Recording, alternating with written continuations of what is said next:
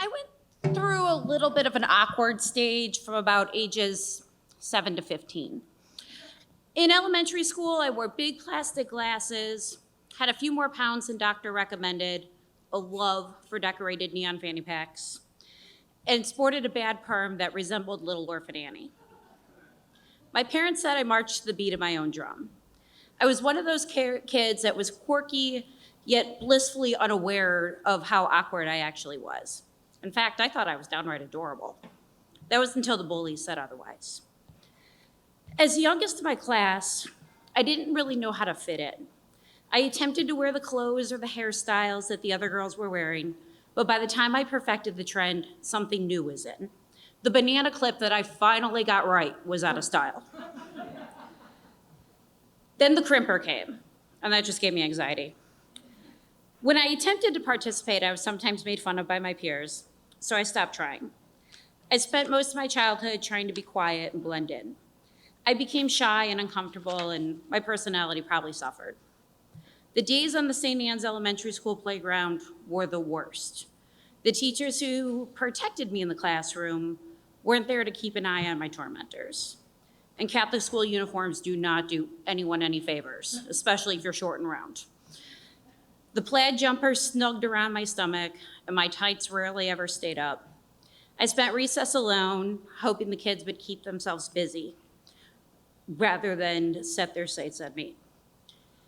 If they did pay attention, it was, "You're fat, you're stupid, you're ugly."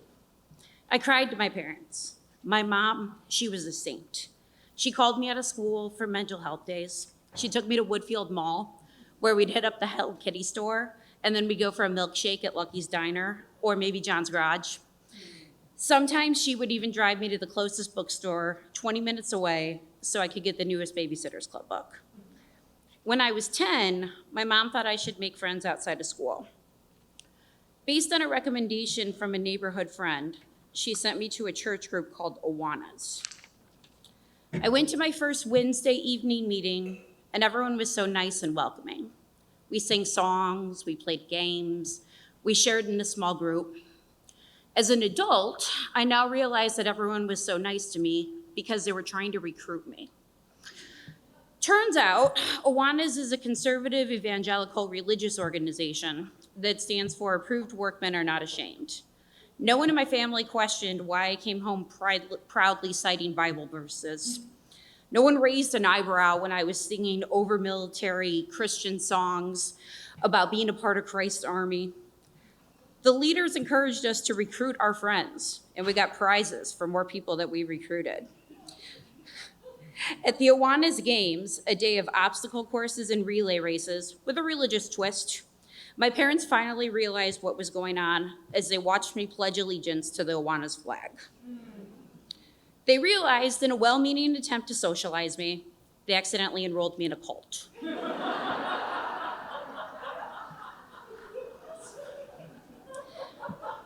My dad's solution to the bullying was to learn self-defense. He wanted me to toughen up, stop being so sensitive.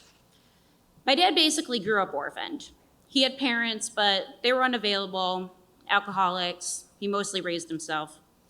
He spent most of his teen years running around the streets of Uptown. His mother, Trudy, tried to be a mom, but often came up short. She once tried to enroll him in regular high school, but accidentally enrolled him in Quigley Seminary School. He had no intention of ever being a priest. Apparently, accidentally being enrolled in things runs in the family. Rough around the edges, my dad did what he felt he needed to do to survive in life. He was always trying to prove himself, but seemingly searching for more. He didn't always know how to be a model dad, but he saw being a parent as a provider, not necessarily a beacon of emotional support. To others, he was angry, gruff, and had a quick temper, but to me, he was everything. He was quirky. He couldn't say the word wash. He said worsh. He was always in his boxers and would take the short drive to the mailbox to check the mail and then reverse back to the garage, all while in his underwear, with the neighbors watching in horror and curiosity. just who he was, a little insecure and unapologetic. Because he grew up poor, he was very protective of his material possessions. And once we got into an epic fight because I borrowed his red members only jacket. He made me give it back and he grounded me for 2 weeks over a jacket. Stomped off to my room and I cried over the injustice. At the time, I fancied myself a poet. I was 16 and had all the feelings. So I decided to write my dad a poem. And I also thought all poems needed to rhyme. Dear Daddy, I know I cause you a lot of rage. It's not my fault I'm at such a young age. I make mistakes. I'm really only a kid, but I do regret some of the stupid things I did. I'm sorry I'm not the model child you'd like me to be, but you can't compare me to my siblings. I'm not them, I'm me. It doesn't seem like I can please you anymore. Just remember there's years more to deal with me in store. You gotta face it, I'm growing older. But I'll always come to you to cry on a shoulder. I know you yell because you care, but you do go overboard sometimes and you're truly unfair.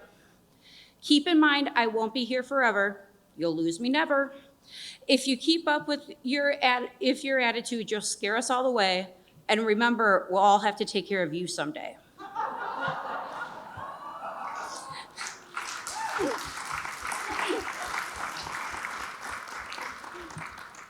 He went to bed that night. I slipped the poem in his briefcase. The next day, the jacket was on my bed with a note that said, I'm sorry, take the jacket. It's too small for me. Love, Dad.